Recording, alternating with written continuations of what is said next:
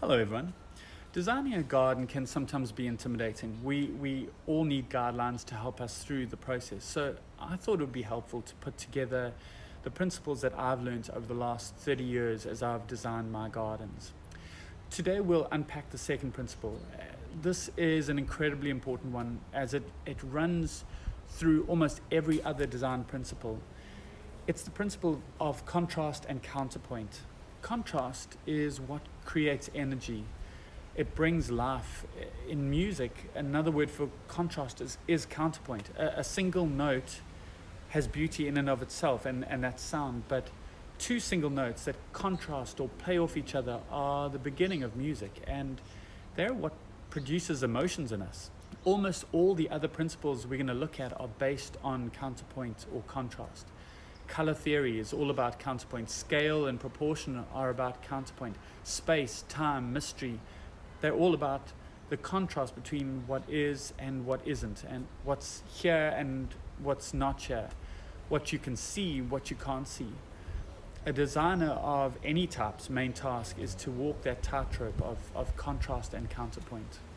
Contrast is about looking at something in comparison to another, but it's also about creating or resolving energy.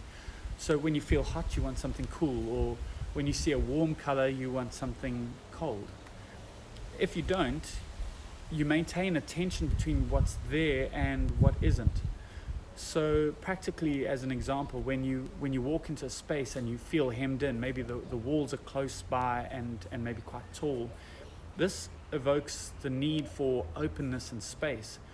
And by keeping someone in this feeling of tension, if you do bring them out into that open space, the feeling of release will be profound. Or maybe you keep them in that closed-in space with views out. And again, this plays on that tension. This contrast also doesn't have to be as extreme as that. It might be something subtle like a change in texture or material or even plants or color. Very often for me, contrast is a subconscious element of design. I don't necessarily think about it, but it's there.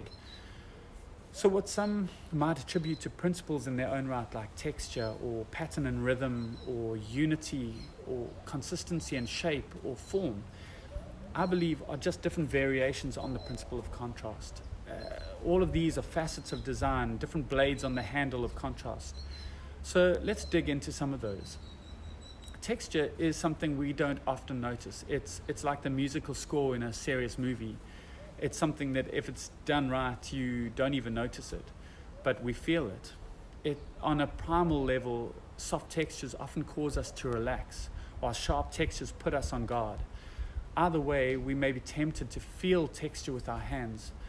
Often the contrast between the soft and the hard is interesting, like having sharp agaves in amongst flowing grasses.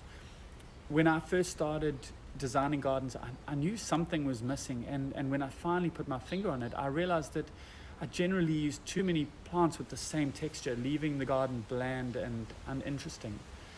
Pattern and rhythm are all about expectations. So pattern and rhythm create expectations that can either be met and then the energy is resolved, or the pattern can be broken, leaving you open to a new emotion or creating a tension. And they're great ways of leading someone's eye through a scene, and often our feet follow our eyes, so it's a perfect way of leading someone through a garden. Unity and consistency are cousins of pattern and rhythm. So while pattern and rhythm are often perceived on a small scale, unity and consistency are what brings a whole design together.